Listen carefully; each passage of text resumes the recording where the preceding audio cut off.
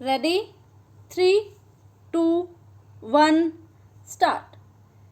In terms of Section 14 of the Act of 1985, all the matters concerning recruitment to any civil service of the Union Territory or a civil post under the Union Territory became amenable to the jurisdiction of Central Administrative Tribunal. Stop.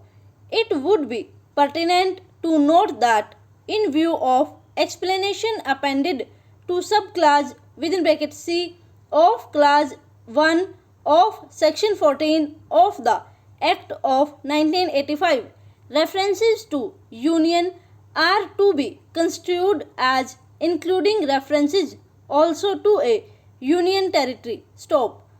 It is thus beyond any pale of doubt that all the service matters, including matters concerning recruitment to any civil service of the Union Territory or a civil post under the Union Territory, are amenable to the jurisdiction of Central Administrative Tribunal, and by operation of Section 29 of the Act of 1985, all such matters pending before any court or other authority immediately before the date of establishment of a tribunal shall stand transferred on the date to such tribunal. Stop para.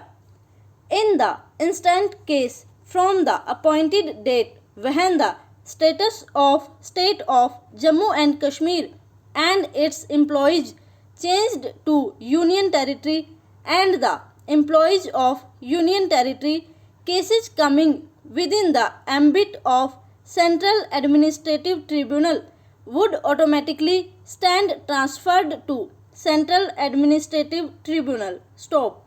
However, Government of India vide its notification number 267 within bracket E, and in exercise of powers conferred by subsection within bracket 1 of section 18 of the Act of 1985, allocated the cases of the employees of Union Territory of Jammu and Kashmir and Union Territory of Ladakh to Central Administrative Tribunal, Chandigarh Bench. Stop.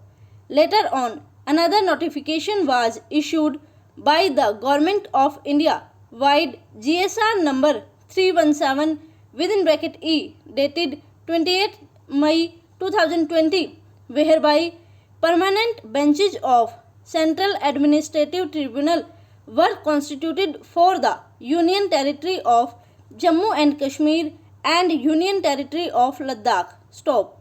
In view of the aforesaid developments and in consonance with the law declared by the Honorable Supreme Court in the cases of Chandra Kumar versus Union of India within bracket 1997 3 SCC 261 and Kendriya Vidyalaya Sangathan versus Subhas Sharma within bracket 2002 4 SCC 145. Stop para.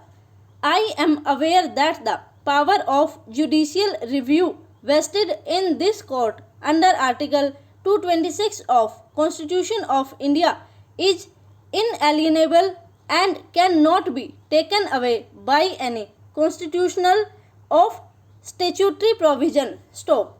However, in view of the dictum of law declared by the Honorable Supreme Court in the case of Chandra Kumar within bracket Supra, this court cannot entertain such petitions, and the persons invoking jurisdiction of this court under Article 226 of the Constitution directly are to be relegated to the Central Administrative Tribunal, being the court of first instance. Stop.